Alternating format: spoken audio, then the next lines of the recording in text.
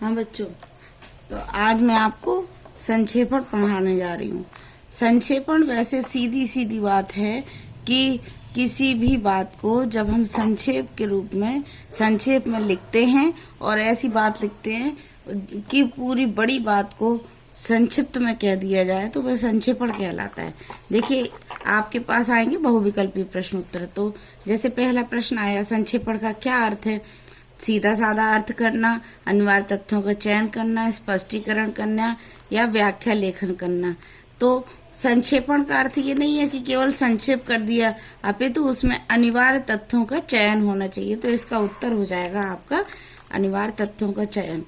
फिर दूसरा क्वेश्चन है, संक्षेपण किसी लिखित सामग्री के आधारभूत तथ्यों की सुनियोजित व्याख्या करता है। क्या ये पूछना है कि क्या संक्षेपण जो लिखित सामग्री है उसकी आधारभूत व्याख्या करता है, यानी वो आधार है संक्षेपण की व्याख्या के लिए। तो इसका उत्तर है, ये आधारभूत व्याख्या के लिए जो विद्वान है वो डॉक्टर शैलेंद्र नाथ श्रीवास्तव कहते हैं इस बात के कि हाँ। फिर देखिए, संक्षेपण अपने आप की एक क्या है? स्पष्ट रचना है कि पूर्ण रचना, उपयुक्त रचना है या अधूरी रचना है? तो बच्चों, ये पूर्ण रचना मानी जाएगी। ठीक है। फिर संक्षेपण में किसका त्याग होता है? देखिए, क्लिष्ट शब्दों का त्याग होता है, लोकोक्तियों का त्याग होता है, अनावश्यक बातों का या अधूरे तथ्यों का।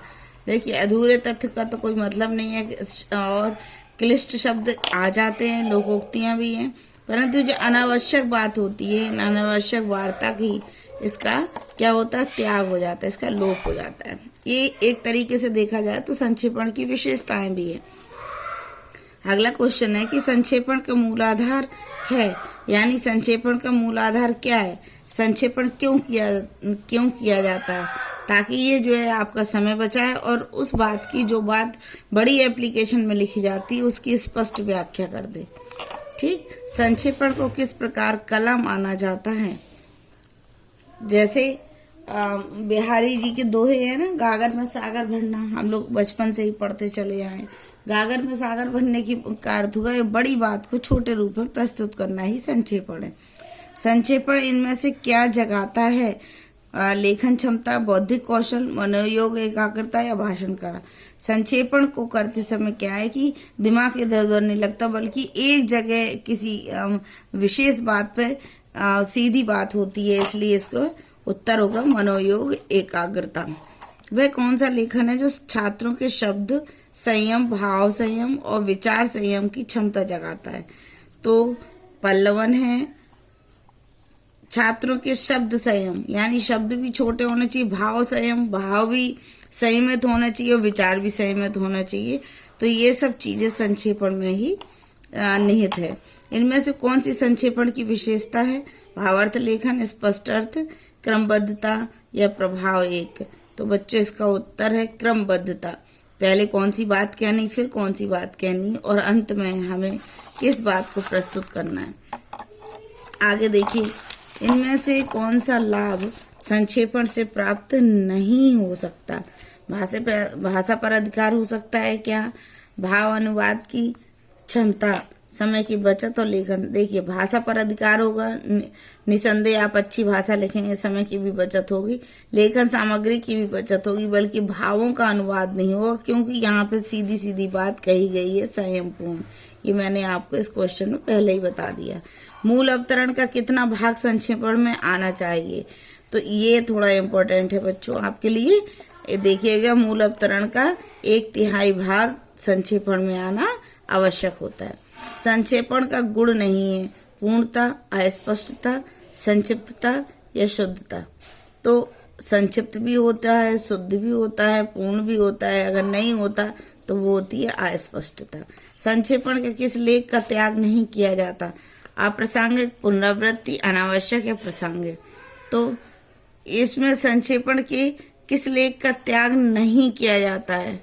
यानी पुनरावृत्ति का त्याग हो जाता है, अप्रासंगिक भी होता है, अनावश्यक भी होता है, परंतु प्रासंगिक नहीं होता, क्योंकि जो प्रासंगिक का अर्थ हो गया आपकी मौलिकता, और मौलिकता से यहाँ कोई लेना देना नहीं है। संक्षेपण करते समय किस बात का ध्यान रखना चाहिए हमें?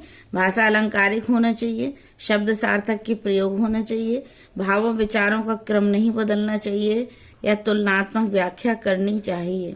तो इसका है कि भावों विचारों इनका क्रम नहीं बदलना चाहिए। ठीक है, जिस प्रकार से पहले बात कही गई, फिर दूसरी बात, फिर तीसरी, फिर चौथी, उसी क्रम में लिखते जाते हैं। अच्छा संक्षेपण क्या करता है?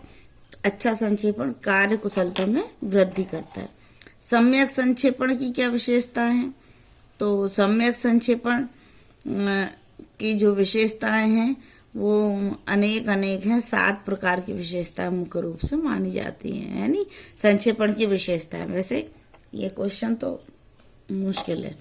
संक्षेपण की प्रक्रिया पूरी करने में कितनी बातों का ध्यान रखना चाहिए? तो संक्षेपण की प्रक्रिया को पूरी करने में हमें कुल 10 बातों का ध्यान रखना चाहिए। मूल लेख का संक्षेपण लगभग कितना होना चाहिए? ये इम्पोर्टेंट है। मूल लेख का संक्षेपण लगभग 1/4 होना चाहिए, 1/4। संक्षेपण का शीर्षक निर्धारित करते समय किस बात का ध्यान रखना चाहिए? तो मूल भाव पर प्रकाश डालता है संक्षेपण, इस बात का हमें ध्यान रखना चाहिए। न कोई अलग से बात जोड़ना चाहिए, न असंबद्ध होना चाहिए। ठीक है। संक्षेपण लेखन में क्या सावधानी बरतनी चाहिए? तो संक्षेपण जो है सदा छोटा होता ही है, और इसके अतिरिक्त संक्षेपण की व्याख्या की जानी चाहिए, कुछ नहीं। यानी कि संक्षेपण सदा अन्य पुरुष में लिखना चाहिए, डायरेक्ट नहीं लिखना चाहिए, बल्कि अन्य पुरुष, एक पुरुष, मध्यम पुरुष, उत्तम पुरुष जो होता है, और अन्य पुरुष, तो अन्य पुरुष की में ही होना चाहिए। संक्षेपण का अर्थ क्या है? संक्षेपण का अर्थ है मूल रचना का 30% हो जाना, यानी जो मूल रचना इतनी बड़ी होती है वो 30% हो जाए। आप समझ रहे हो ना, इतना संक्षेप होना चाहिए। संक्षेपण को किसी अन्य किस नाम से पुकारा जाता है? तो यदि हम बात करें तो संक्षिप्तता के नाम से संक्षेपण को हम पुकार सकते हैं।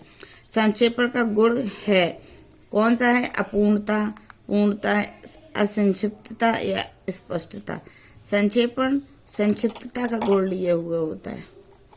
बात को बहुत बढ़ा चढ़ा करके कहने का जो वो का संक्षेपण जो होता है वो कैसा होता है? अतिशयोक्ति। यानी अगर किसी बात को बहुत बड़ा चढ़ा करके लिखा गया है, आप पढ़ते जा रहे हो उसको और संक्षेप में नहीं हो पा रहा, तो कहते हैं ना ये अतिशयोक्ति हो गई है, कुछ ज्यादा ही लिखा हुआ है बड़ा चढ़ा के। कुशल संक्षेपण के गुण क्या हैं? तो कुशल संक्षेपण के सजग और धैर्यशील होना चाहिए, कुशाग्र बुद्धि का होना चाहिए, और प्रभावशाली भाषा होना चाहिए। यानी कि ये सभी गुण इसमें आएंगे। संक्षेपण करते समय निम्न किन बातों का ध्यान रखना चाहिए? तो संक्षेपण करते समय हमें जो है पुनरुक्ति दोष से भी बचना चाहिए, बेकार और बेजान शब्दों के प्रयोग से बचना चाहिए, बल्कि सबसे ज्यादा पुनरुक्ति दोष। ठीक है, बार बार किसी चीज को रिपीट नहीं करना है।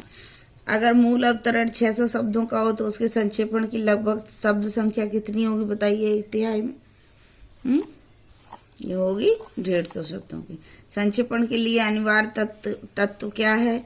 तो इसका सबसे अनिवार्य तत्व है क्रमबद्धता। ध्यान रखना है इस बात का। ठीक है, जहाँ क्रमबद्धता आ गई है, संक्षेपण को में भाव विचारों का संक्षेपण है, और 1/3 है विस्तृत कथन और वक्तव्य।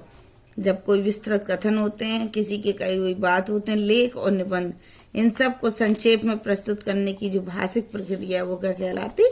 संक्षेपण कहलाती है। इसके बाद संक्षेपण का गुण क्या नहीं है, बल्कि ये हम आपको पहले भी बता चुके, अस्पष्टता नहीं होती, बल्कि इसमें स्पष्टता होती है।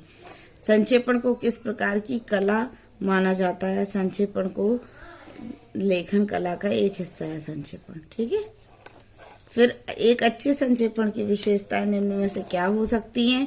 तो एक अच्छे संक्षेपण की विशेषताएं जो है क्रमबद्धता तो होती है, स्वतः पूर्णता हाँ बिल्कुल होती है उसको, और भाषाई विशेषता भी होती है। यानी कि हम बात करें तो तीनों है, उपरिक्त सभी। अनुवाद किया हुआ संक्षेपण जो होता है वो होता है अन्वेषित। ठीक है, अनुवाद किया हुआ। और संक्षेपण किसका प्रतीक है? तो हम बात करें संक्षेपण लेखन का प्रतीक तो है ही, लेकिन कलाकारी के साथ लेखन यानी कला एवं लेखन। संक्षेपण की क्या विशेषता है? विचारों की स्पष्टता, विचारों की स्पष्टता, आक्रमबद्धता या इनमें से कोई नहीं। तो आप देखेंगे विचारों की स्पष्टता, संक्षेपण। ठीक है, कुछ लोग जैसे ना संक्षिप्त में अपनी बात कह देते हैं स्पष्ट। संक्षेपण के लिए क्या आवश्यक है? तो संक्षेपण सदा अन्य पुरुष में होना चाहिए, बिल्कुल होना चाहिए। संक्षेपण छोटा भी होना चाहिए और संक्षेपण की व्याख्या की जानी चाहिए, इनमें से कोई नहीं। संक्षेपण का अर्थ ही ये छोटा है, इसमें ये उत्तर होना चाहिए।